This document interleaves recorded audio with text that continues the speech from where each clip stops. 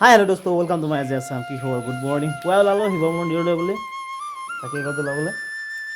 জিন আৰু মই বেটিক থৈ গৈছোঁ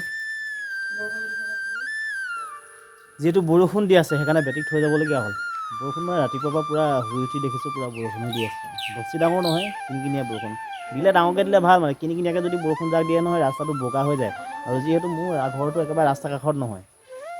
ৰাস্তা কাষলৈ মানে মোৰ মেইন ৰোডলৈ প্ৰায় 1 কিলোমিটাৰ যাব লাগিব তাৰপাছতহে মেইন ৰোডটো পাম আৰু সেইকাৰণে কিন্তু অলপ ৰাস্তাটো বেয়া কট চকা আহিছে কট চকা গৈছে ৰাস্তাটো কিন্তু বনোৱাই নাই কি কম বাদ দিয়া এইবিলাক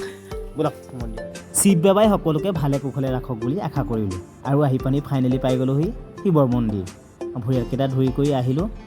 মন্দিৰভাগৰ ভিতৰলৈ প্ৰৱেশ কৰি একেবাৰে আমাৰ ওচৰতে মন্দিৰভাগ আছে জিন আৰু মই পুৱাই আহি আশীৰ্বাদ বা সেৱা এটা ল'বলৈ বুলি আৰু এইফালে জিনে আকৌ শিৱলিংগত গাখীৰ ঢালিবলৈ ল'লে আশা কৰিছোঁ সকলোৱে দিনবিলাক ভালে কুশলে পাৰ হয় যেন এয়া আশা কৰিছোঁ লাইক এটা কৰি থৈ যাব কিন্তু কমেণ্ট এটা কৰিবলৈ একেবাৰে নাপাহৰোঁ আৰু এইফালে ময়ো শিৱলিংগত গাখীৰ অলপ ঢালি দিলোঁ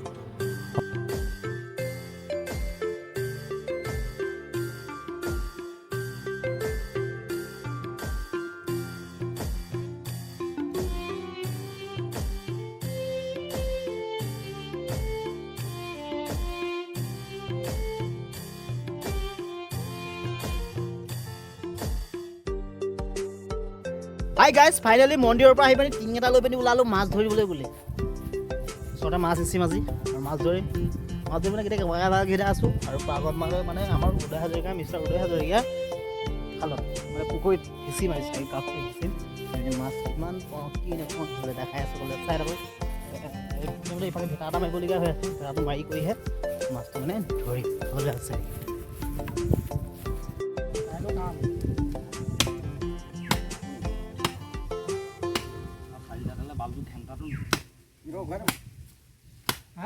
পুৰা যো জা চলি আছে মাছ ধৰা হাই